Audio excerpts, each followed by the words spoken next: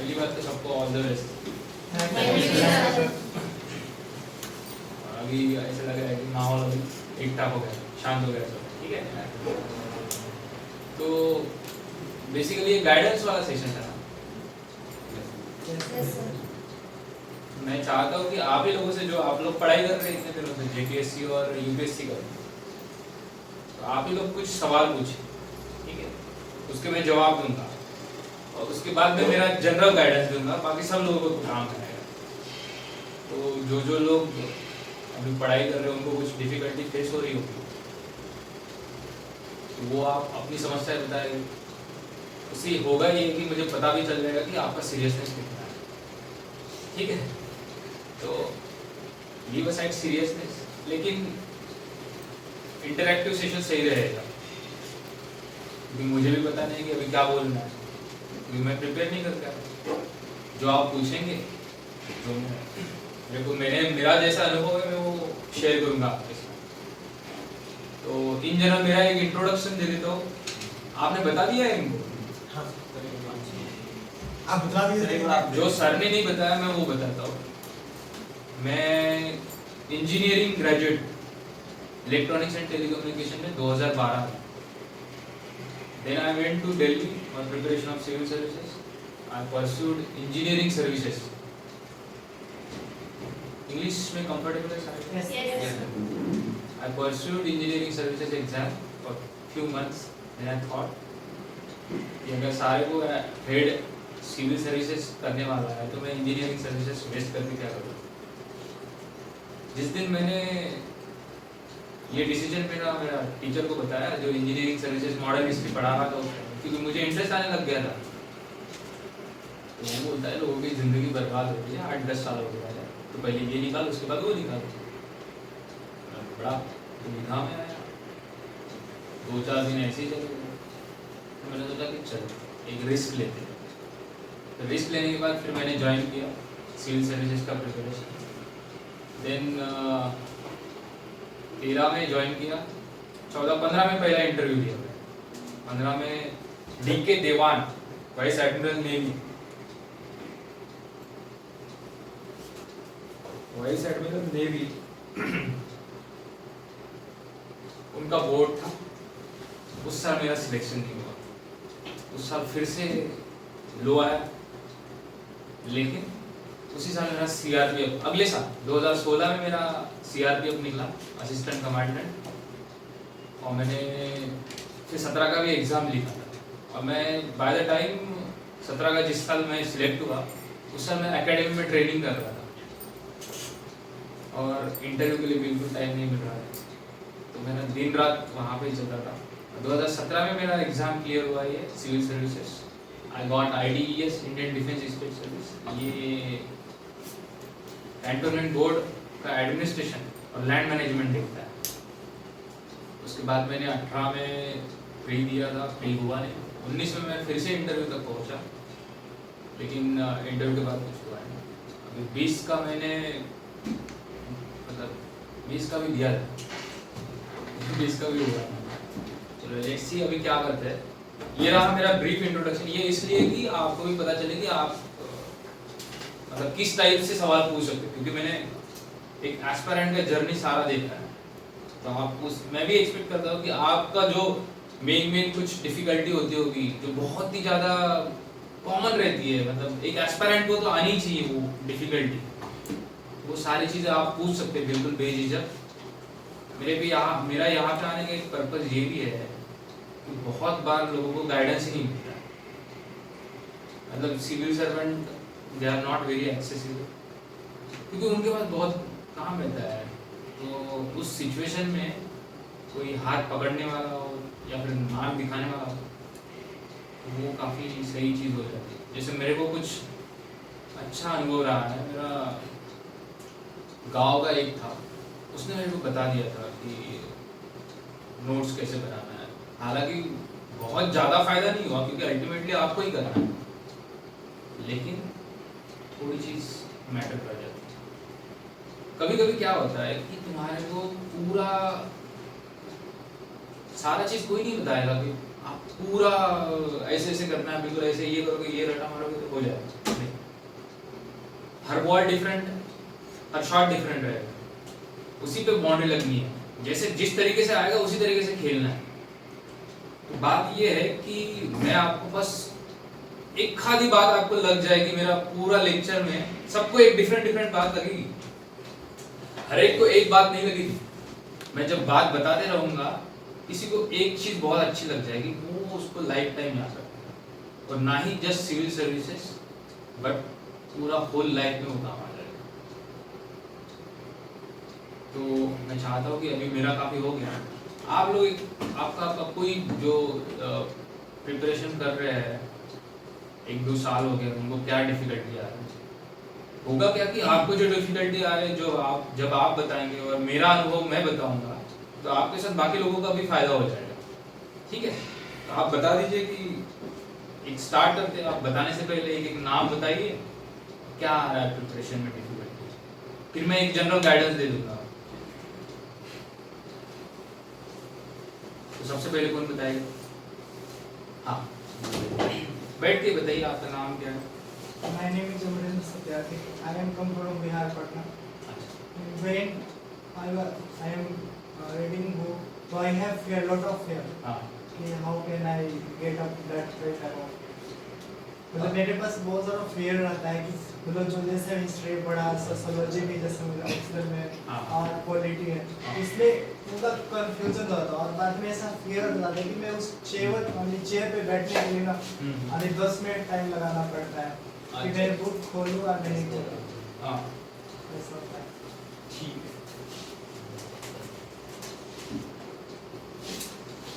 बहुत बढ़िया चीज है ये। आपने जो सवाल किया बहुत अमरिंदर है ना इसका? This is very genuine question. ये सवाल सुन के बड़ा मजा आ गया कि आपका सवाल पूरे दिल से है, तो आपका जवाब भी बहुत दिल से आएगा। जो फियर है सबसे डेंजरस चीज है, even dangerous than death. Fear of fear is dangerous than fear of death. एक म्यांमार की लेडी है ऑंग सैन सू की, तो वो बोलती है कि fear of fear is worst. और गांधी भी बोलता है जिसके पास फियर रहेगा वो प्यार नहीं कर सकता, ही कांट लव। जो जहाँ पे लव नहीं है वहां पे कुछ चेंजेस आ ही नहीं सकते, प्रोग्रेस हो ही नहीं सकता। तो जो आपका बात है कि आपको बुक पढ़ने से डर लग रहा है, तो आपको कैसे करना है? सबसे पहले तो ये आपको डिसाइड करना है, कोई नहीं बता पाएगा, ठीक है? लेकिन मेरा एक अनुभव दिखाता हूँ मैं आपको, मेरा अनुभव से मैं बताता हूँ कि मैं I was a cricket player, professional cricket player. मैं रणजी ट्रॉफी तक खेला, ठीक है, और रणजी ट्रॉफी का सिलेक्शन ट्रायल्स तक खेला। तो मैं जब 21 वगैरह खेलता था, आई वॉज क्लास बैट्समैन, बहुत अच्छा खेलता था मैं, technically I was very sound. But मेरे पास एक चीज़ था, मेरा एक कॉम्पिटिटर था जिसका नाम था जतिन गिरी। वो विजय हजारे ट्रॉफी खेल के, रणजी ट्रॉफी खेल के आया। तो जब तक वो नहीं था तब तक मैं ही उस टीम का मेन विकेट कीपर और बैट्समैन, ओपनिंग बैट्समैन था।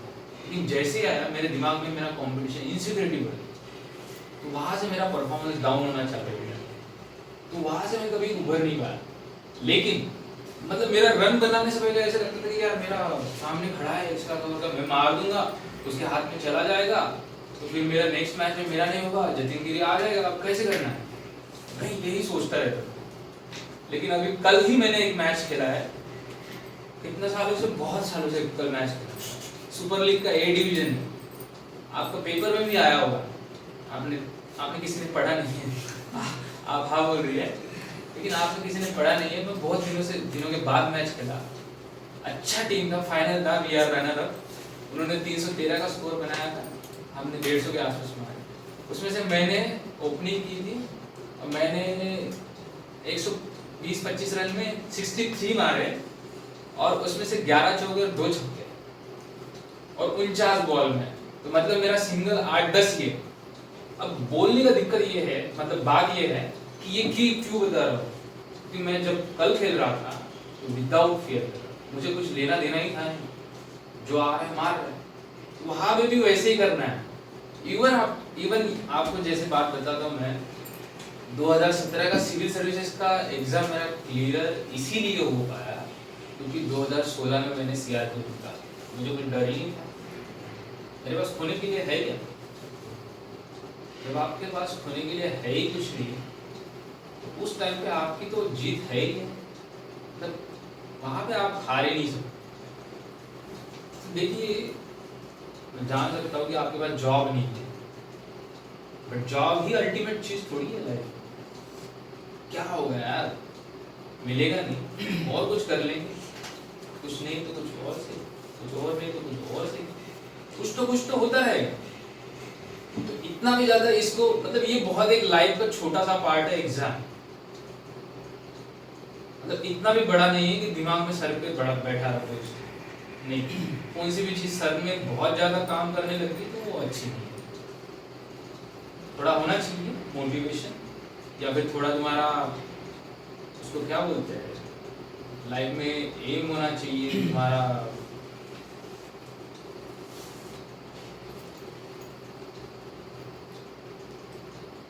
लाइफ के प्रति एम्बिशियस करियर के प्रति होना चाहिए, लेकिन इतना भी ज्यादा नहीं होना चाहिए कि तुम्हारा खुद का ही नुकसान हो रहा है।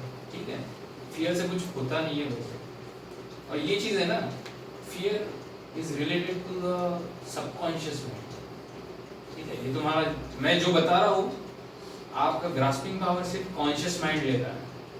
ठीक है, मैं बता रहा हूँ, आज आप सुन लेंगे, कल दूसरे आदमी बन के उठेंगे। ठीक है, मैंने जो बताया वो कुछ काम का नहीं है, आपको प्रॉब्लम का सॉल्यूशन अंदर से ढूंढना है। मैं जो बता रहा हूँ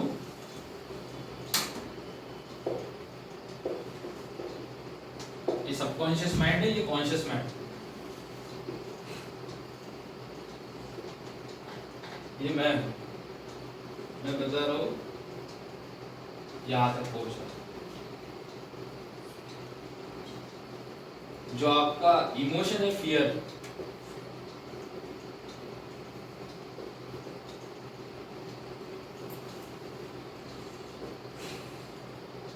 यहाँ सॉल्यूशन आपको निकालना, वो अंदर से वो आ जाता है, लेकिन उसके लिए आपको ही ढूंढना पड़ेगा। वो मेरे पास इसका सॉल्यूशन नहीं है, मैं कितना भी बताऊंगा आपके अंदर तक छुएगी नहीं। मैंने काफी, मेरे को लगता है बहुत जेन्युइन आंसर दिया है, इसके ज्यादा मैं एक्सप्लेन कर नहीं सकता इसको। अगर मैं बाकी लोगों की तरह बता दूं कि कैसे कैसे पढ़ना है, नहीं पढ़ना है, तो आपके साथ न्याय नहीं होगा, जस्टिस, या फिर मैं जो लेक्चर दे रहा हूँ उसके साथ न्याय नहीं होगा। लेकिन एज एस्पायरेंट कहीं ना कहीं मैं आपसे कनेक्टेड हूँ, क्योंकि मैं भी यही करता हूँ। हाँ, एक और बात, जब फियर होता है ना, मेरे को फियर था कि मैं प्रिपेयर करता हूँ तो डेली करंट अफेयर चेंज होते रहता है, उस टाइम पे मैं जो पढ़ रहा हूँ वो सही है क्या, है सही है, ये फियर। फिर मैंने सोचा यार इसका तो सॉल्यूशन निकालना पड़ेगा, अदरवाइज मैं कितना भी पढ़ूंगा मेरा खुद पे ही भरोसा नहीं है तो कैसे चलेगा। तो फिर मैंने सोचा कि मैं पढ़ूंगा, खुद का नोट बनाऊंगा, वो एक्यूरेट रहेगा, मतलब वो ऑथेंटिक रहेगा, अच्छे सोर्स से पढ़ूंगा तो वही सही रहेगा, और उसके बाद मेरे को कहीं जाने की जरूरत नहीं। तो मैंने खुद पे विश्वास किया कि नहीं, तू जो पढ़ रहा है दैट इज राइट। मुझे लगता है कहीं ना कहीं ये मेरा फियर क्रैक करने में काम आ गया।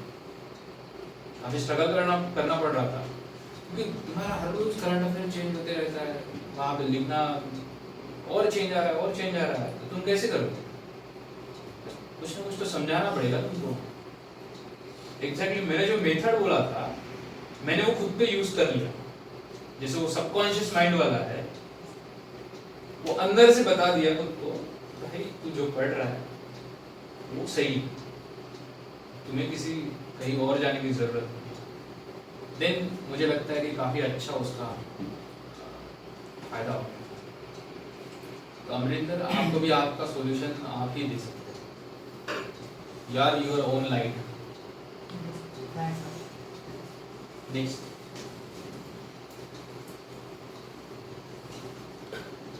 मेरी बातें क्या इतनी ज्यादा हिप्नोटाइज थे आप एकदम शांति हो गए। बता सकते हैं देखो एज ए CEO मैं किसी के साथ बात नहीं करता, लेकिन एज ए एस्पायरेंट बात तो कर ही सकता हूँ। मतलब जो चीज़ ये इनको बताइए ये मैं मुझे नहीं लगता मेरे लाइफ में किसी को और को बताई होगी, क्योंकि मैं जानता हूँ कि ये लोग क्या फेस कर रहे होंगे। ऐसे ऐसे दिन आता था, स्ट्रेस बहुत होता था, होना हो नहीं रहा है पढ़ाई में। आपके साथ भी वैसे होगा। I can understand, I can relate, I can connect with you. बताइए आप। सर हाँ बताइए। सर मेरा नाम नेहा शर्मा है और सर मेरा क्वेश्चन ये है कि आपने मेंस राइटिंग की शुरुआत कैसे की थी, मतलब लिखना कि बहुत प्रॉब्लम होता है कि कहाँ से लिखना शुरू करें, कौन सा टॉपिक लिखे और जो लिखा है वो सही है कि गलत है। मेंस राइटिंग तो मैं I was fortunate in this case, क्योंकि मैंने जिस क्लास में ज्वाइन किया था वो रोज एक दो आंसर लिखा देता था। I was good in writing, पहले से ही मेरा ठीक ठाक था। मुझे लगता है कि मेरा बोलने से अच्छा मेरा राइटिंग। तो वहाँ से मोमेंटम था मुझे कि क्लास में दो आंसर हो जाते थे। और क्वेश्चन कहाँ से देखना है, ये बेस्ट रहेगा कि प्रीवियस ईयर क्वेश्चन पेपर दो। तुम क्या किस चीज़ का प्रिपेयर कर रहे हो? प्रीवियस ईयर का क्वेश्चन पेपर देखो, उसमें से एटलीस्ट एक ट्राई करो, रोज एक आधी प्रश्न तो ट्राई करो। इतना भी ज़्यादा डिफिकल्ट नहीं होता है, बहुत कॉमन सेंस वाला प्रश्न होता है। हालांकि अभी एनालिटिकल आ गया, तुम्हारे को सारा चीज़ पता रहना चाहिए, लेकिन उसमें से एक आधी सवाल तो ऐसे रहेगा कि तुम एनी लेमैन कैन आंसर, तो उस टाइम पे देखो। दूसरी चीज़ है कि तुमको पता कैसे लगेगा कि तुम्हारा आंसर सही है कि नहीं है। तो उस चीज़ के लिए तुमने जो लिखा है उसको बार बार पढ़ो, 2-3 बार, ठीक है। तुम्हें क्या लगता है पहले वो देखो। देन आजकल तो इंटरनेट का ज़माना है और वहाँ पे तुम्हारा काफ़ी टॉपर्स के आंसर्स मिल जाते हैं, ठीक है। तो टॉपर्स के आंसर मिल गए तो वहाँ पे तुम कंपेयर करो कि इसने कैसे लिखा है, उसके साथ तुम्हारा खुद का लिखो कि तुम्हारा कहाँ पे दिक्कत आ रहा है। ठीक है, स्टार्टिंग में प्रॉब्लम आता था, मेरा इंग्लिश वीक था। अब आंसर राइटिंग में इंग्लिश वीक, मतलब तुम्हारा बेसिक में ही फॉल्ट है, तो कुछ हो ही नहीं सकता उस केस में। तो मैंने उस चीज़ पे भी वर्क किया कि ग्रामर भी थोड़ा सा सुधरा। उसके बाद मैंने टॉपर्स का देखा, तो टॉपर्स में क्या क्या चीज़ें हैं जो मैं नहीं लिखता। जैसे GS2 पेपर में तुम्हारा कमीशंस है, सुप्रीम कोर्ट के जजमेंट्स है, वो कोट करते हैं, कमेटी के रिकमेंडेशंस है वो कोट करते हैं, कीवर्ड्स है वो कोट करते हैं। So that your answer comes out of generalise जो लेवल है उसके ऊपर उठ के दिखना चाहिए उसके। तो आंसर राइटिंग के लिए यही है कि तुम प्रैक्टिस करो।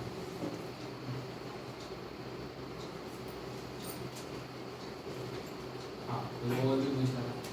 Sir my name is Ragini Gupta. Sir मुझे हमेशा कंसिस्टेंसी में प्रॉब्लम होती है, स्टडी में कंसिस्टेंसी कैसे है? देखो रागिनी, ये प्रॉब्लम बस तुम्हारा नहीं, ये प्रॉब्लम सारा सबका, ह्यूमैनिटी का, कंसिस्टेंसी। जो लोग खुद भी बोलते हैं कि आई वाज वेरी कंसिस्टेंट, वो भी किसी ना किसी एस्पेक्ट में लाइफ में कंसिस्टेंट नहीं रहते। एक एस्पेक्ट में कर लिया लेकिन बाकी एस्पेक्ट में नहीं रहते। तुम्हारा बस दिक्कत ये है कि तुम किसी चीज में नहीं कर पा रहे, बाकी कुछ चीजों में तो तुम कंसिस्टेंट होगी। जैसे मॉर्निंग में तुम एक टाइम पे अगर उठते हो तो उसमें कंसिस्टेंट हो। तो वही है, ultimately boils down to that question. खुद को समझाना पड़ेगा कि क्यों करना है तुम्हारे। एक तो पहले पर्पस क्लियर होना चाहिए कि सिविल सर्विसेज क्यों, वो मोटिवेशन इतना इफेक्टिव होना चाहिए कि तुम कंसिस्टेंसी ला पाओ। कुछ लोगों का मोटिवेशन होता है कि सर्विस करो, कुछ लोगों का मोटिवेशन होता है कि पर्क उनके पर्क्स, कुछ लोगों का मोटिवेशन होता है रिस्पेक्ट। ये सारी चीजें रहती है। तो कंसिस्टेंसी के लिए फिर से मैं जब बोलूंगा तो वो अंदर तक जाएगी नहीं जाएगी, इसका विश्वास तुम्हें खुद में होना चाहिए। एक ये कर सकते हैं कि शेड्यूल बना लो। कंसिस्टेंसी में मैं बताता हूँ, एक्चुअली में कंसिस्टेंसी बहुत ज़्यादा इम्पोर्टेंट है। मुझे ऐसा लगता है जिस साल मेरा सिविल सर्विसेज क्रैक हुआ उस साल मेरा कंसिस्टेंसी की वजह से ही हुआ। अदरवाइज मैं बहुत ज़्यादा रैंडम था। मैंने एक डिसाइड कर लिया, मैंने लाइब्रेरी लगा ली। तो मैं मॉर्निंग में 6-7 बजे तक जाता था। मेरे को सोने की बहुत आदत रहती, बीच में अगर मेरे को टाइम मिल गया तो सो जाता था। तो मैं बोला कि मॉर्निंग में 7 बजे जाऊँगा, रात को 12 बजे जाऊँगा और पूरा लाइब्रेरी में सोना है तो लाइब्रेरी में सो, ठीक है। तो आधा घंटा अगर नैप होता है तो वहाँ, तो उस चीज़ का फ़ायदा हो गया। 3 महीने पढ़ाई की मैंने, 3 महीने में मतलब अच्छा खासा कवर कर दिया। और जो आंसर राइटिंग था 3 महीने में, आंसर राइटिंग मैं वो भी वहाँ पे करता था, उसका भी ज़्यादा काफ़ी। कंसिस्टेंसी तुम्हारा खुद का लाना पड़ेगा। शेड्यूल बना लो, खुद के दिमाग को समझा लो यार, उसमें कुछ ना, मतलब कोई भी तुम्हारे को बोल के नहीं कर पाएगा, वो अल्टीमेटली अंदर से आना चाहिए। हाँ, या फिर मोटिवेशन होना चाहिए। क्यों? लोगों के लिए कुछ करना है, लड़कियों के लिए कुछ करना है,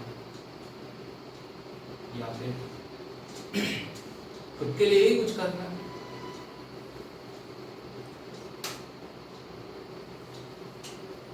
सैलरी तो ठीक ठाक ही है, मतलब अच्छा खासा सैलरी है, 65, 67 सारा कट पीट के आता है। ठीक है, हैव ए लग्जूरियस, मतलब सारी चीज़ें आराम से कर सकते हो। और इसके अलावा रिस्पेक्ट भी अच्छा है। नेक्स्ट सर मेरा नाम दीपक कपड़दार है सर, और मैं सर ऑलरेडी जॉब में हूँ सर, CCL में सर। और तो लेकिन अभी PCS में अभी जाने का थोड़ा इंटेंशन हो गया सर, मैंने नौकरी सर 10 इयर्स कर लिया सर। सॉरी यार, एक बार फिर से सारी चीज़ें बताओ। सर मैं जॉब हंटर हूँ सर। अभी जॉब कर रहे हो? हाँ, CCL में सर, हाँ, DY मैनेजर हूँ सर। डिप्टी मैनेजर हो? या सर। हाँ तो सर 10 इयर्स हो गया लगभग सर। हाँ सैलरी वगैरह काफ़ी अच्छी आती है सर हमारी। हाँ। लेकिन अब सर जैसे आपने एक बात कही सर कि रिस्पेक्ट जो बात कही सर आपने, हाँ। और जो भी मेरे फ्रेंड सर्किल में है, हाँ तो जिन्होंने मेरे साथ पढ़ाई रखी तो उन्होंने के कुछ PCS में चले भी गए हैं। हाँ। अब मेरी भी इच्छा करके पहले रुझान था नहीं जाने का। हाँ। तो 10 इयर्स लगभग अप्रोक्स हो चुकी है, तो अभी हमारे डिसीजन हो कि नहीं अब मुझे भी जाना चाहिए। हाँ। तो सर अब मेरे साथ इशू ये हो रहा है कि जैसे अभी सुबह का सर जो भी 9 या 10 o'clock है सर, उसके बाद जो ऑफिस जाता हूँ सर लगभग 6-7 बज जाती है सर। उसके बाद ऑफिस के जो भी लीगल इशूज है बहुत सारे, आपने जो मैं फाइनेंस में हूँ सर, तो उसके साथ बहुत सारा वर्क रिलेटेड रहता है। अब मेरे साथ मेन इशू है टाइमिंग की सर, मतलब कवर कैसे करना है, और जो सिलेबस के एक बार देखो सर तो एक एक चीज देख रहा हूँ सर, उसमें देखने में काफी ब्रॉड है सर। ये क्वेश्चन कहाँ से पिक किया जाएगा और कहाँ से वो क्वेश्चन रैंडमली आएगा। तो जैसे सर एक एग्जांपल, जैसे एक लिखा है सर, जैसे पीडी में लिखा सर भारतीय इतिहास, ठीक है सर। पीडी मतलब सर ये पीटी सर, हाँ। इसमें भारतीय इतिहास लिखा है सर। हाँ। अब थोड़ा ये दिक्कत होता है कि भारतीय इतिहास जैसे लिखा है, क्या मेरे को पूरा बुक को पढ़ना है हाँ। कि कोई पर्टिकुलर पोर्शन को टच करना है, हाँ। ठीक है ना सर। तो ये सब थोड़ा इश्यूज आ रहा है, क्योंकि मेरे पास टाइम का कंस्ट्रेंट है सर। तो मेरा पूछने का पर्पस ये है सर कि थोड़ा सा ऐसा सजेस्ट सर, कुछ ऑप्शन बताएं सर कि मतलब कम समय में थोड़ा कुछ ऐसा चीज फोकस कर सकूं जहां से मुझे मैक्सिमम बेनिफिट मिल सके सर। तो तुम्हारा बेसिक सवाल ये है, हाँ क्योंकि तुम वर्किंग हो, यस सर, तो तुम्हें कम टाइम में ज्यादा आउटपुट यस सर, ठीक है। तो लेकिन इससे भी बेसिक सवाल तुम्हारा ये है कि तुमने जो सिविल सर्विसेज की तरफ रुख किया है, यस सर, वो तुम्हारे दोस्तों की तरफ देख के किया, नहीं पहले से इच्छा था, लेकिन सर एक होता है समय का, तो उतना था नहीं कि बोले चलो मेरे इसमें चल जाएगा, लेकिन उतना रुझान नहीं था, लेकिन अभी थोड़ा मेरे में जग गया कि अब जाना चाहिए। वही Yes. एग्जैक्टली होता है ये लोगों को देख के, लेकिन इसमें भी यही है कि खुद से बहुत ज़्यादा आना चाहिए, लोगों को देख के, क्योंकि होगा क्या कि हम लोग दूसरे का देख के चले तो जाएंगे, लेकिन फिर बाद में अगर निराशा एक्सपेक्टेशंस लगे रहेगी, लेकिन अगर हमने उस चीज़ को अचीव नहीं किया तो एक्सपेक्टेशंस हमारे ऊपर ही गलत तरीके से प्रभाव पड़ेगी। लेकिन ये चीज़ से हट कर अगर तुम्हारे को आउटपुट कम टाइम में देना है तो तुम सिलेक्टेड सोर्सेज पढ़ो, जैसे अभी हिस्ट्री है, हिस्ट्री का कोई एक बुक पढ़ो, ठीक है सर। ठीक है, जैसे modern Indian history,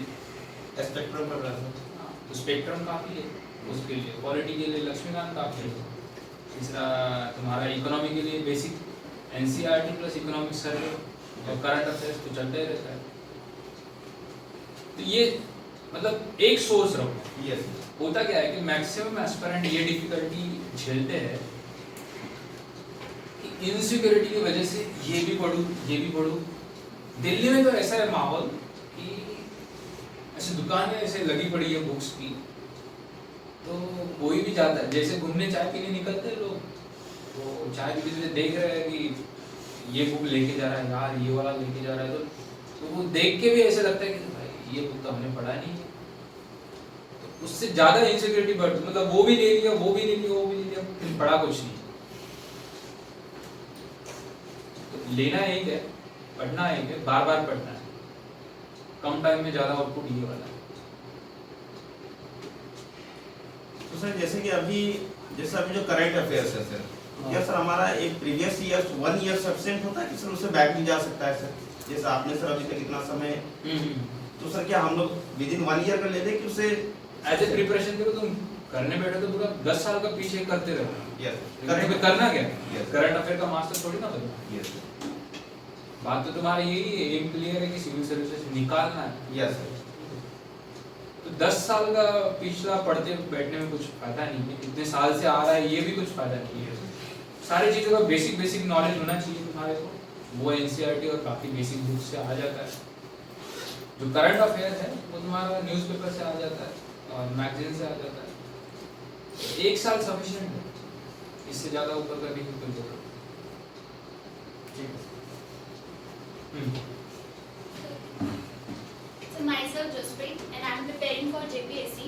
My question is that how can I develop my law of connectivity while preparing for state PCS? Law of connectivity,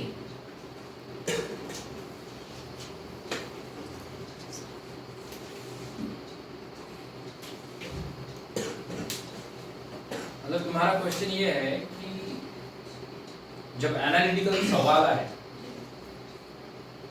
तो कौन सा तुम्हारे पास ऑलरेडी चीजें है उसको कनेक्ट कैसे करना है, यही है।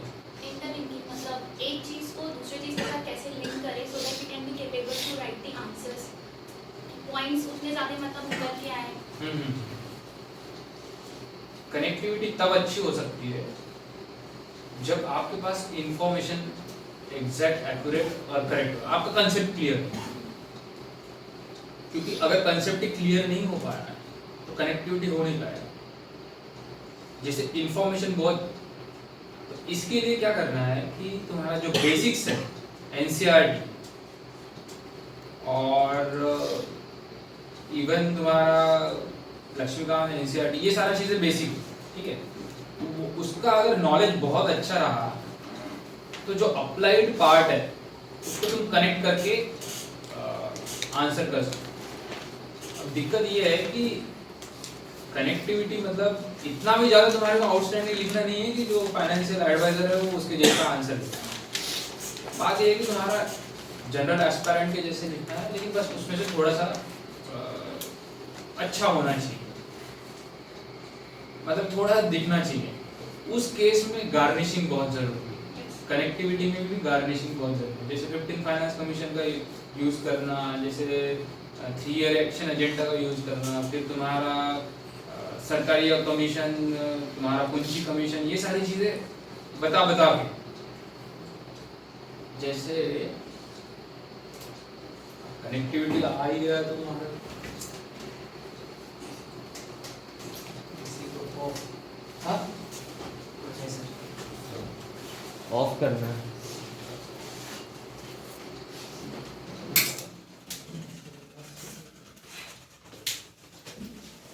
जैसे कनेक्टिविटी बहुत इंपॉर्टेंट है ऐसे में।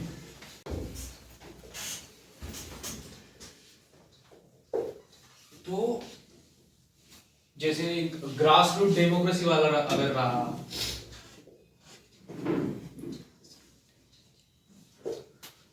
उसमें जैसे एक ग्रास रूट डेमोक्रेसी आई तो वो उसका वीकनेसेस क्या है हमारा, तो जैसे पार्टिसिपेशन, जैसे participation of people, participation of weaker section जैसे schedule caste, schedule tribes, participation of women, जैसे सुधा भाई की एक स्टडी में बोला गया कि पंचायत प्रधानीज इन पंचायत, उसमें बोला कि प्रधानीज are used as only rubber stamp.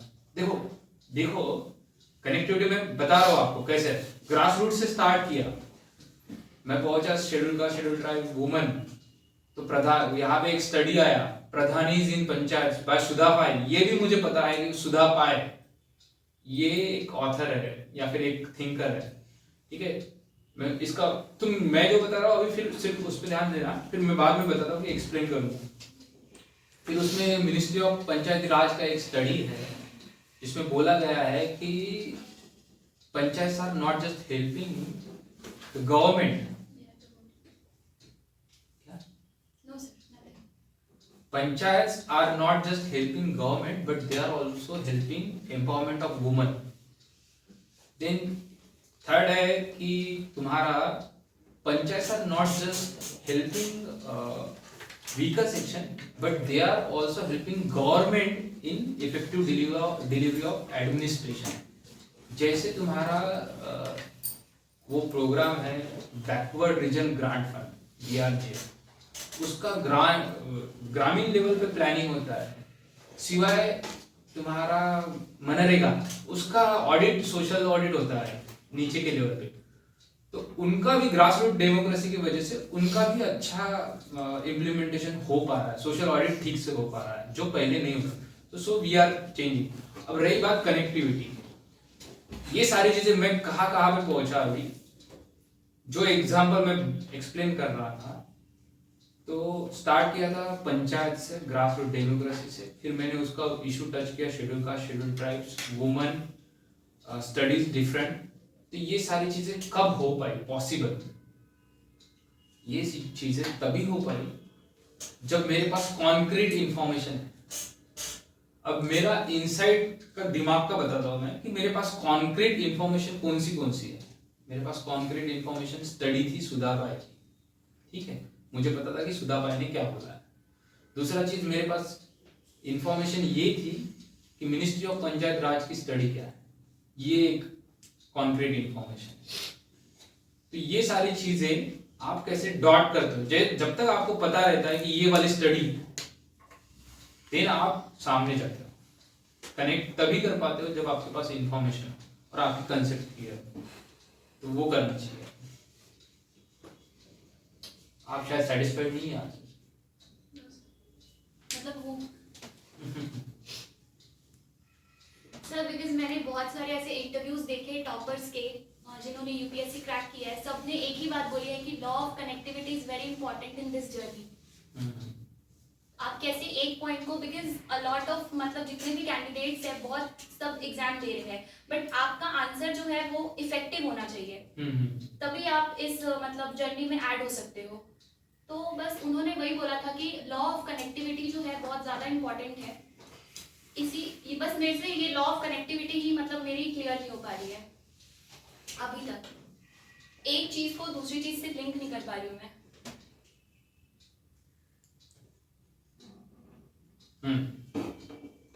ठीक है।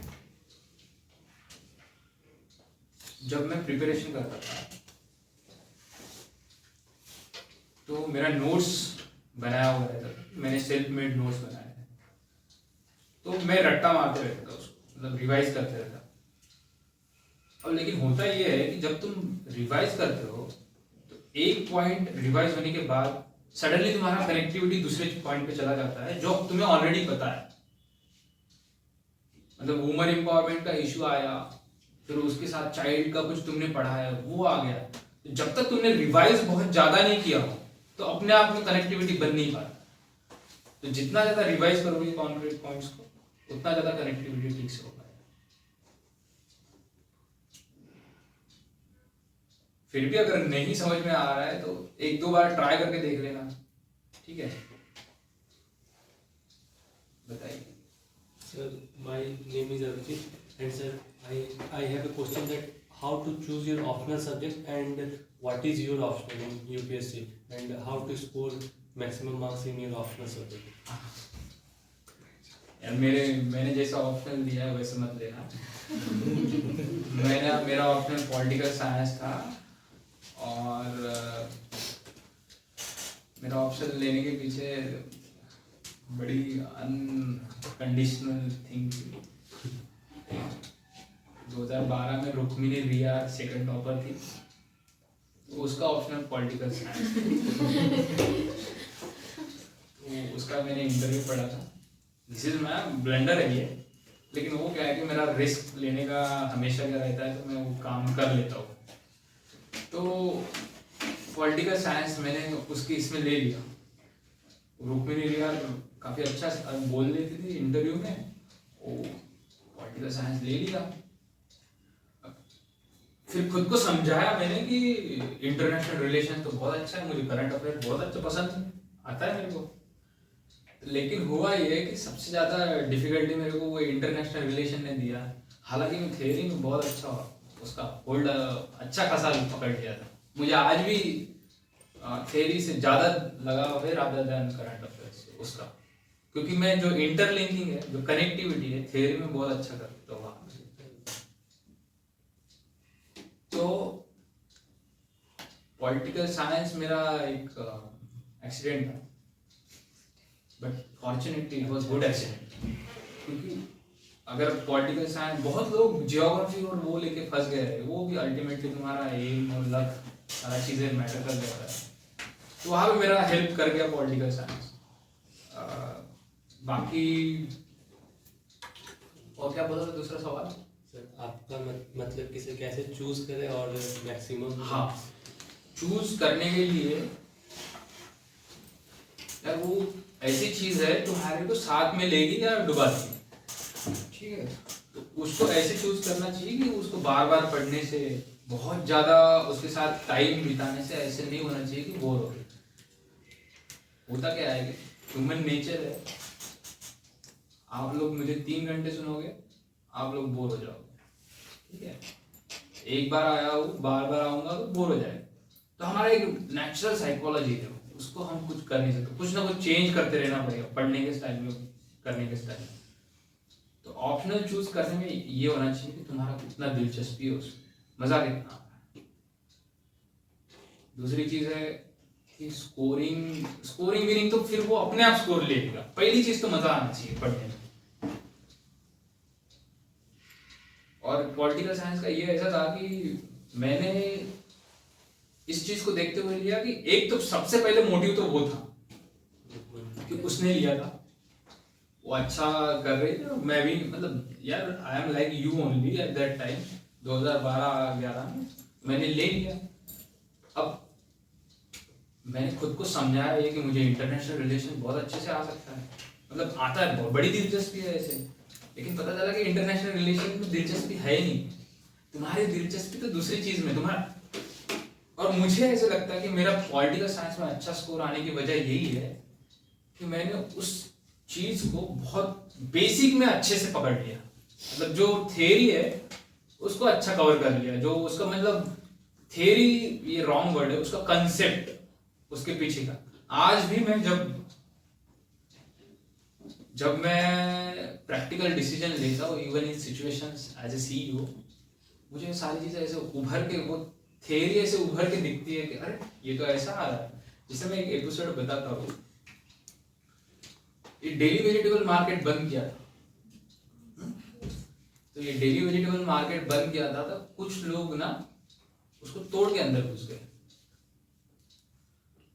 अब तोड़ के अंदर घुसने के पहले उन्होंने लेटर दिया था कि हम लोग झंडा फहराएंगे। तो उस सिचुएशन में सीईओ कुछ कर नहीं सकता। मतलब ठीक है, आपका भाई तुम्हारा नेशन के प्रति चीज है, ठीक है। अब मुझे सारी चीजें समझ में आ रही थी कि ये पॉलिटिक्स खेल रहे हैं यहाँ पे, एज ए तुम्हारा एज ए साइलेंट प्रोटेस्टर बता के फोड़ रहे थे। लेकिन मैंने कुछ चीज होने से पहले अगर एक्शन लिया रहता तो स्टेट का बहुत गलत इंप्रेशन गया रहता। लेकिन मैंने तब तक एक्शन नहीं लिया जब तक मुझे आई वॉज कन्विंस्ड कि ये इन्होंने गलत एक्शन लिया है, ठीक है। मैंने उसको बार बार 2-4 बार समझाया कि नहीं, ऐसा नहीं करना चाहिए। Then we wait for lodging an FIR. तो उस टाइम पे वो उनको बैक ट्रैक करना पड़ा। तो दिस इज द केस की, और ये आया कहाँ से? गांधी का थॉट था। गांधी का थॉट ये है कि तुम्हें अंदर से कन्विक्शन होना चाहिए कि तुम जो कर रहे हो कॉन्शियसनेस वो सही है। और पॉलिटिक्स वाला यही था फंडा। इन्होंने भी वैसे ही किया था कि पॉलिटिशियंस सामने, लेकिन जब कुछ गलत काम करना रहा तो भीड़ को सामने कर दिया। बाकी जब वार्तालाप चल रहा था तब मेरे से चल रहा था, लीडर्स का। लेकिन जब कुछ ऐसे काम करना था तो उन्होंने भीड़ को सामने कर दिया। यू नो कि ये भीड़ को दिखा के या फिर गरीब लोगों को दिखा के कुछ गलत काम कर रहे थे। वो चीज मेरे को अंदर छू गई कि ये तो गलत है। अब जब गलत है तो स्टेट को जस्टिस करने का पूरा अधिकार है। आप तो जस्टिस करने के लिए भी कर सकते हो, क्योंकि उसके साथ पूरा तुम्हारा 1 लाख का पॉपुलेशन का डील है। 1 लाख पॉपुलेशन का खाने पीने का सवाल है। तो जब तक आप कन्विक्शन के साथ डिसीजन नहीं लेते वो फ्रूटफुल नहीं होता। तो मैं बोल रहा हूँ कि ये थियरी प्रैक्टिस मुझे ऐसे, अब चीजें कभी कभी एक्सप्लेन नहीं कर सकते आप, ठीक है, आपको कैसे दिखती है, आप लोग समझ रहे हैं? yes. कभी कभी क्या है कि आप लोग चीजें 2 डायमेंशन में नहीं रहती है, 3 डायमेंशन 4 डायमेंशन ऐसे दिख के आते हैं, अरे ये तो ऐसे चल रहा है। उस टाइम पे कैसे डिसीजन लेना है, ये काफी अच्छा अनुभव रहा था। अब मुझे ऐसा लगता है कि नॉलेज का जो इंफॉर्मेशन का था, कनेक्टिविटी फिर बाद में आया, वहाँ अच्छा एनालिसिस हुआ वहाँ पे और सही एक्शन हुआ स्टेट का। और आपका कोई और? Yes sir. हाँ, तुम बोलने वाले थे। Sir, I am Vikas Singh. Actually sir मेरे साथ प्रॉब्लम ये है सर कि when I was in intermediate I was pursuing for IIT JEE sir. अच्छा, हाँ। IIT JEE sir. I was preparing for IIT JEE and on that time sir I could give more than 16 hours. I was very focused. And sir in the preparation of 2 months I gave my best in IIT JEE. I got 67 marks. Then the confidence came into my mind that I can do better. But sir due to some reason it was intermediate marks I could not appear. I was not placed. And then sir I met with some person in my life whom I consider my like mentor type. Then sir they suggested me, I think you should change your line. It means if you were not selected in IIT JEE and you did not find any colleges, then you should try for commerce and prepare for CS. CS company secretary branch of commerce. Okay, हाँ. Accepted my study science to commerce sir. But in the field of commerce I gave my best. But nowadays sir I am preparing for UPSC and I am trying to give my best. But sir I am unsatisfied with my studies sir. That I could not focus for a long period of time sir. Like I can just focus not more than 5 hours sir. That's the problem with me. That in my daily life sir I am not satisfied with my study. That I am studying but I am not satisfied. I don't know why this is coming into my mind, that no, it's not enough, you can give your best, you have lots of potential, you should utilize it, but unable to utilize potential sir. मतलब basic चीज है कि तुम्हारा खुद के study से satisfied नहीं Yes sir, हो पा रहा। satisfaction.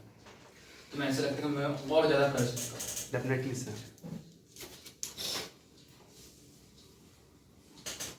what should I do, sir? Should I left my home and go to somewhere else? अच्छा फॉर स्टडी पर Yes, sir. Just for study purpose. क्यों नहीं कर पा रहे हो तुम? Actually, I don't know also this thing, sir. Why I'm not able to do that, sir. When I was in intermediate, sir, I was able to give. देखो यार मैं एक चीज मेरा अनुभव बताता हूँ कि शायद तुम रिलेट कर लो, फिर देखो मेरा आंसर सीधा कभी नहीं रहेगा, ठीक है? Netly, sir. मैं सीधा आंसर कभी देता ही नहीं हूँ, तो मैं मेरा एक अनुभव कनेक्ट बता देता हूँ। तो अनुभव ये था कि मैं आई वाज प्लेइंग क्रिकेट, अच्छा खासा लेवल पे खेलता था मैं।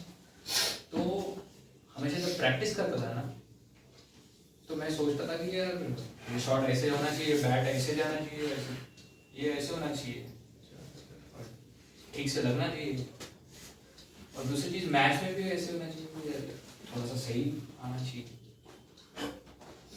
लेकिन तब मेरे जब मैं अच्छा शॉट लगता भी था ना, तो मैं ऐसे सोचता था कि यार इसमें थोड़ा सा और अच्छा हो सकता था, ठीक है? Yes, sir. तो I was not just enjoying my game, that was my weakness. अभी क्या है, you just stand and just feel that कि अच्छा लगा, ठीक है? फिर टेक्निक विकनिक छोड़ दो, इधर से बैठ आ रहा है, इधर से बैठ आ रहा है, इसका कुछ फायदा नहीं है। बढ़िया लगा है, सीख गया यार, मजा है, और क्या है? 5 घंटे कर रहे हो, ठीक ठाक से कर रहे हो पढ़ाई, अब ठीक है, नहीं हुआ तो नहीं हुआ, ये तुम्हारे साथ थोड़ी होगा अकेले के साथ, सारी दुनिया ऐसी करती है। Actually, sir, sorry, sir. I asked you this question because, sir, you were telling me before some time that, sir, you have given many examinations, sir, and also you cracked it, sir. It means, sir, for a short period of time, you were very focused, sir, and you utilized your full potential. That's I want to know, sir. How may I? अरे नहीं यार, मैं short period के लिए focus नहीं था। It means starting में बहुत ज्यादा फोकस था। 2013 में I used to study a lot, लेकिन वो स्टडी कैसा था, मतलब डायरेक्शनल नहीं था, कुछ भी पढ़ यार। दत्त सुंदरम को तुमने 2-3 बार रिवाइज कर लिया, एंड्रू हेविल्स को 2-3 बार पढ़ लिया, फिर तुम्हारा बिपिन चंद्रा को 2-3 बार रिवाइज कर लिया, इतना बड़ा, मतलब दैट वाज क्रेजी कि इतना कौन नहीं है यार, इतना पढ़ने की जरूरत है ही नहीं, तुम इतना पढ़ के तुम्हारे दिमाग में नहीं रख सकते। एंड्रू हेविल्स को पढ़ के कोई फायदा नहीं है, इतना तुम्हारा दत्त एंड सुंदरम इतना बड़ा है और पूरा डेटा वही रहता है तुम्हारा इकोनॉमिक सर्वे, कुछ फायदे का नहीं है वो। मुझे बाद में पता लगा कि यार तुमने जो मेहनत की है वो this is not very smart work. फिर मैंने समझा कि तुम्हें बहुत ज्यादा पढ़ने की जरूरत नहीं है, डायरेक्शनल स्टडी होनी चाहिए। कुछ इम्पोर्टेंट टॉपिक्स है उसको बराबर ठीक से अपने नोट्स में रखो, बार बार रिवाइज करो। तो कॉन्सेंट्रेटेड स्टडी होनी चाहिए, डायरेक्शनल स्टडी नहीं होनी चाहिए, मतलब स्प्रेड स्टडी नहीं होनी चाहिए, थोड़ा सा फोकस होना चाहिए। And the second problem is that, sir, whenever I studied one book, okay, sir, just like NCERT, and then I found some other books, sir, in bookstore, and I saw that no, it's better than that book. Exactly, And sir, then my mind will say that no, you should study that book. And when I studied that book also, again it will come into my mind. Oh my God, someone has. नया आया है ना? Yeah, someone. अभी मैंने बताते बताया कि दिल्ली में बहुत सारे दुकान रहती है और उसमें से तुम ये वाला लो, सबको ऐसे लगता रहेगा, ठीक है? लेकिन जैसे बताया कि खुद को समझाना पड़ेगा कि तुम जो पढ़ रहे हो दैट इज राइट, ठीक है? तुम जो पढ़ रहे हो उससे ज्यादा और कुछ पढ़ने की जरूरत नहीं है, एक पढ़ो तो अच्छे से पढ़ो। Only one book is enough, sir. Sufficient. Book में और क्या रहेगा, ज्यादा क्या लिखेगा वो? Extended versions are like. और Descriptive तुम theory. ज्यादा लिख भी दिया, उसने ज्यादा लिख भी दिया, तो मैं इसमें क्या तुम वो याद करके लिख पाओगे? हम लोगों को एक समझना चाहिए, हमारा ब्रेन की कैपेसिटी लिमिटेड है, रिटेंशन, ठीक है? पढ़ने में मजा, तुम तो बहुत सारे ढेरों सारे बुक पढ़ सकते हो, लेकिन तुम्हें रिटेन करने के लिए कुछ लिमिटेड ही नॉलेज है, वही कर सकते हो। अपनी कैपेसिटी के हिसाब से वापस वो करना चाहिए retention. Okay sir, I will do that, thank you sir. अच्छा, और मुझे लगता है अभी काफ़ी चीज़ें हो गई हैं ठीक ठाक से, ठीक है। एक बेसिक चीज़ें मैं बता देता हूँ एज ए एस्पायरेंट। सबसे पहले तो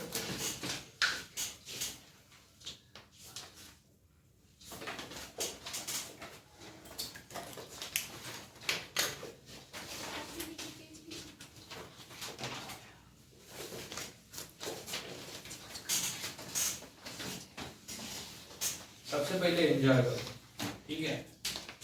civil service is just a part of your life. इसको इतना ज़्यादा दिमाग में मत डाल देना कि तुम्हारा लाइफ खराब हो, ठीक है। दूसरी चीज़ ये है, ये इम्पोर्टेंट एस्पेक्ट है लाइफ में, करियर सबके लिए इम्पोर्टेंट होता है, सिक्योरिटी। तो उस चीज़ से इतना ही मतलब ज़्यादा इतना ही तुम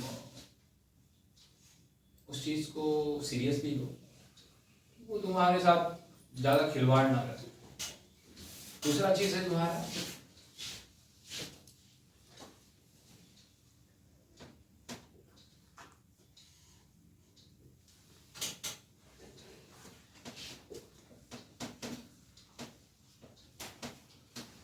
तुम्हें क्यों बनना है, ये सारी चीज़ें तुम्हारे दिमाग में क्लियर होना चाहिए। हर एक का डिफरेंट मोटिव रह सकता है। किसी का रिस्पेक्ट रहेगा, किसी का पैसा रहेगा, किसी का तुम्हारा पब्लिक सर्विस रहेगा, सारी चीज़ें अलग अलग है, ठीक है। किसी का तुम्हें चेंज लाना है, किसी का डाइवर्सिटी ऑफ वर्क है, ये सारी चीज़। अब रही बात मेथड पे आते हैं, ये सारा चीज़ तुम्हारा सब्सटेंटिव पार्ट होगा। मेथड में तुम्हारा पहला रहेगा कि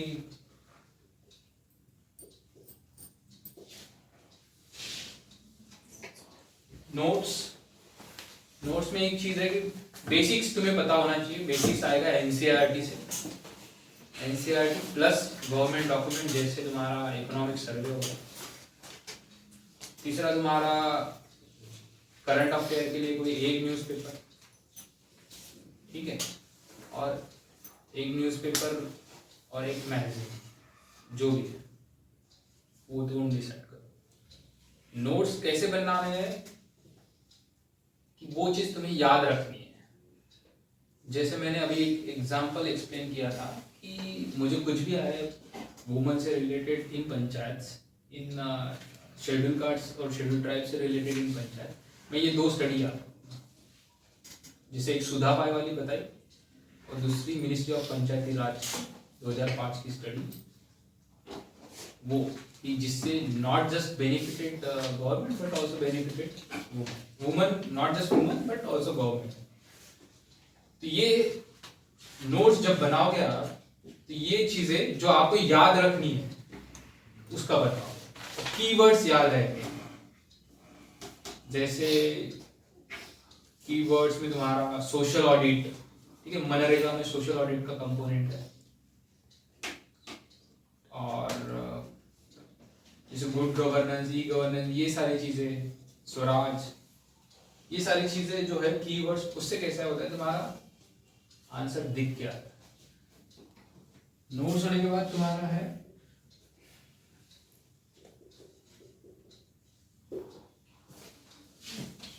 रिवीजन। रिवीजन बहुत ज़्यादा इम्पोर्टेंट है, क्योंकि सबसे इम्पोर्टेंट एस्पेक्ट इसीलिए है क्योंकि ये एग्ज़ाम बाकी के एग्ज़ाम जैसे नहीं है कि बाकी का एग्ज़ाम में कैसा है कि तुम पढ़ लो, अंडरस्टैंड कर लो और विदाउट लिंकिंग तुम लिख पाओ। इसमें लिंक करना बहुत ज़रूरी है। तो उस चीज़ के लिए रिवीजन, बार बार रिवीजन बहुत जरूरी है। और दूसरी चीज है कि वास्टनेस ऑफ सिलेबस बहुत ज्यादा है, उतना तुम कंट्रोल नहीं कर पाते हो, मतलब तुम इतना रिटेन नहीं कर पाते। तो जब बार बार करोगे रिवाइज कोई भी चीज, तब तुम्हारे दिमाग में वो फीड रहेगी, तब जाके आप लोग उसको याद कर पाओगे, तब आप कोई क्वेश्चन ऐसा आउट ऑफ द बॉक्स आता है तो उसको कनेक्ट कर पाओ। रिवीजन होने के बाद तुम्हारा ये भी बहुत इंपॉर्टेंट है,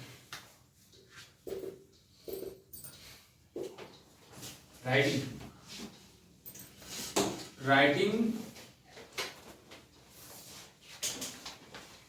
आपको सबसे इम्पोर्टेंट पार्ट यही है, क्योंकि मैं इसमें काफी मार्क्स है, इसमें 1750 मार्क्स है ना, 1750 मार्क्स के आसपास है इसमें। तो ये बहुत इंपॉर्टेंट एस्पेक्ट है, तो इस पे ध्यान देना। तो इस पे कुछ चीजें जो आती है वो ये है कि ग्रामेटिकल में एरर होता है कभी कभी। जैसे मैं लोगों को आंसर देखता हूँ मेरे दोस्तों का, उसमें होता ये है कि वो कुछ ग्रामेटिकल एरर करते हैं या फिर उनका सेंटेंस फ्रेम नहीं हो पाता है। दूसरा चीज है, अब कुछ लोगों का ये सारी चीजें नहीं रहता है, लेकिन उनमें उनका आंसर उभर के नहीं आता है, तो उसमें गार्निशिंग नहीं रहता है। तो वो चीज कनेक्टिविटी, गार्निशिंग, कुछ लोगों का प्रेजेंटेशन अच्छा नहीं रहता। आपने आंसर तो लिख दिया लेकिन प्रेजेंट डायग्राम नहीं बना रहे, अल्टीमेटली आधा पौना मार्क हर एक इसमें मिल गया, तो 10 मार्क वैसे बढ़ गया, और खेल रहता है 4-5 मार्क में।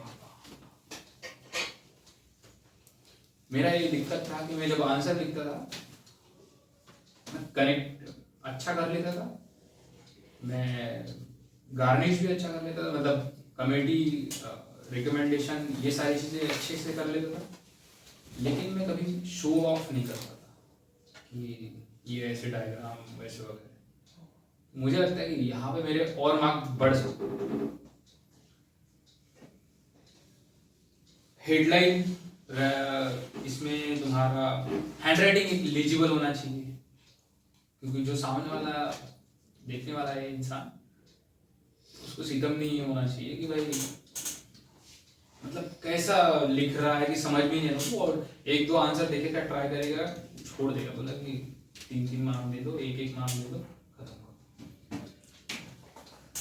तो फॉर्चुनेटली मेरा इसमें भी अच्छा ठीक ठाक था, क्योंकि बचपन से मेरे माँ ने करवा लिया। तो राइटिंग ये एक इम्पोर्टेंट एस्पेक्ट है। ये बहुत से लोग नहीं बोलते हैं,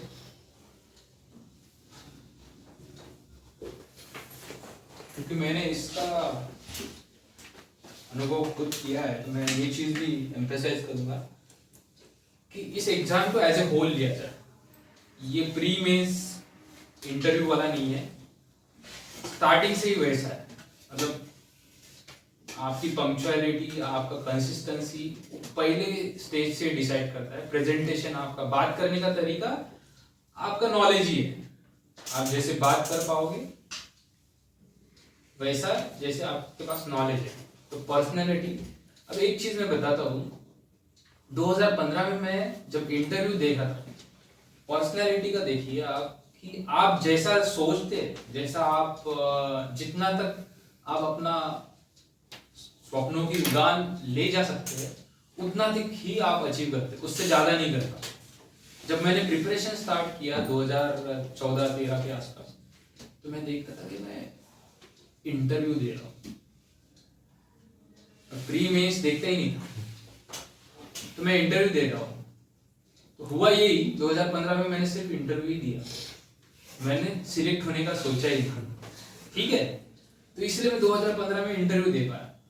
फिर मैंने बड़ा दुख लगा यार, मैंने 2015 में इंटरव्यू दिया, मैं सिलेक्ट नहीं हुआ, बुरा लगा।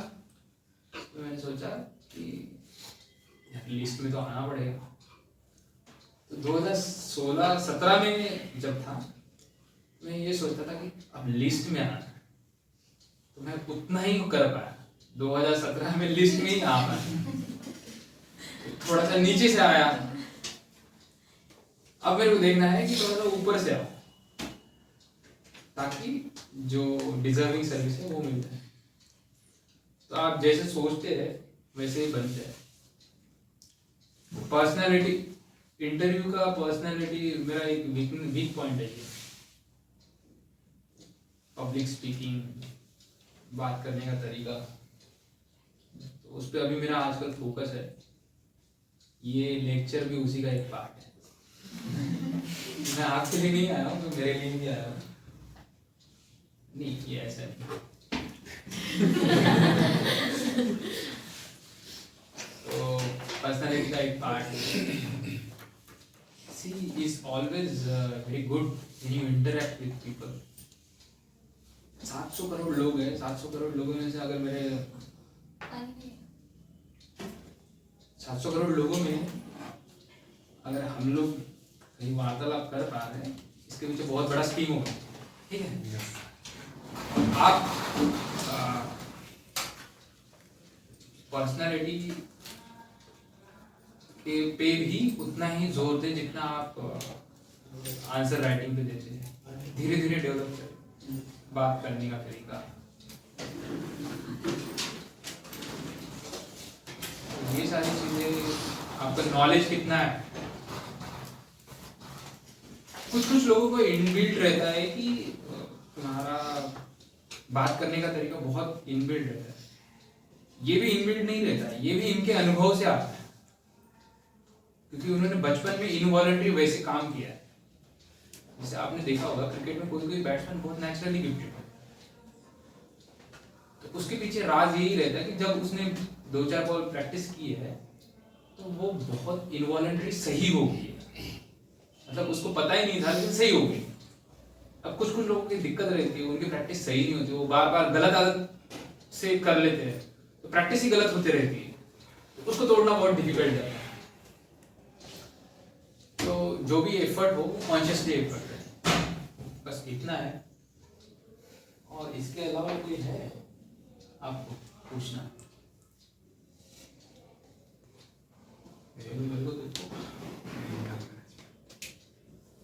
हाँ, टॉपर्स का देख लो।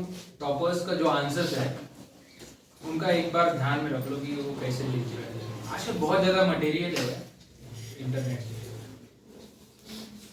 लेकिन ज्यादा मटेरियल पे भी मत फोकस करना, सिलेक्टिवली देखना कौन सा टॉपर है, सही है। क्योंकि ग्लैमराइजेशन भी बहुत हो गया है। सिलेक्टेड जो है, जो बंदे ठीक ठाक से लग रहा है कि हाँ इनका सही है, कंसिस्टेंटली सही बता रहे हैं। जैसे अभी टीना का भी का नाम सुना होगा, वो मेरी बैचमेट, मतलब क्लास में बैचमेट ही थी। 2015 में उसने भी इंटरव्यू दिया, मैंने भी दिया था। तो उसका आंसर राइटिंग का प्रेजेंटेशन बहुत अच्छा था, पॉलिटिकल साइंस का। तो मैंने भी उसको 1-2 बार बाद में 2015 के बाद में उसका देखा। और गौरव अग्रवाल का नॉलेज बहुत तगड़ा है। He has that knowledge. उसका इतना सारा उसके पास इंफॉर्मेशन है और इशू ऐसे सिंपल तरीके से लेता है, क्योंकि उसके ऐसे पढ़, उसका एक ऐसे था तुम्हारा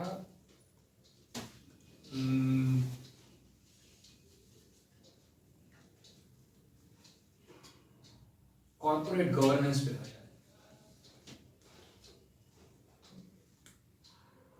और public participation, public sector participation ऐसे था। मिनिमम गवर्नमेंट, मैक्सिमम गवर्नेंस, ऐसे टाइप में कुछ था। ठीक है, तो वो बहुत क्लैरिटी के साथ लिखता। तो वैसे ही आप देख लीजिए कि आपको कौन चूज करना है। मतलब मैं आपको सजेस्ट करना चाहूँगा तो गौरव अग्रवाल का अगर कुछ मटेरियल है तो आप वो देख सकते हैं। प्रेजेंटेशन के लिए आप टीना दावी का देख लीजिए कैसे लिखती थी। कंटेंट के लिए गौरव अग्रवाल के पास नहीं,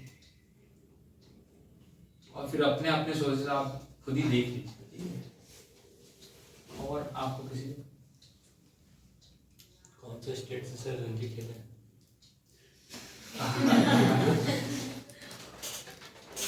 मैं यार महाराष्ट्र, विदर्भ से मैंने सिलेक्शन ट्रायल्स किए, रणजी ट्रॉफी नहीं किया। बापूना कप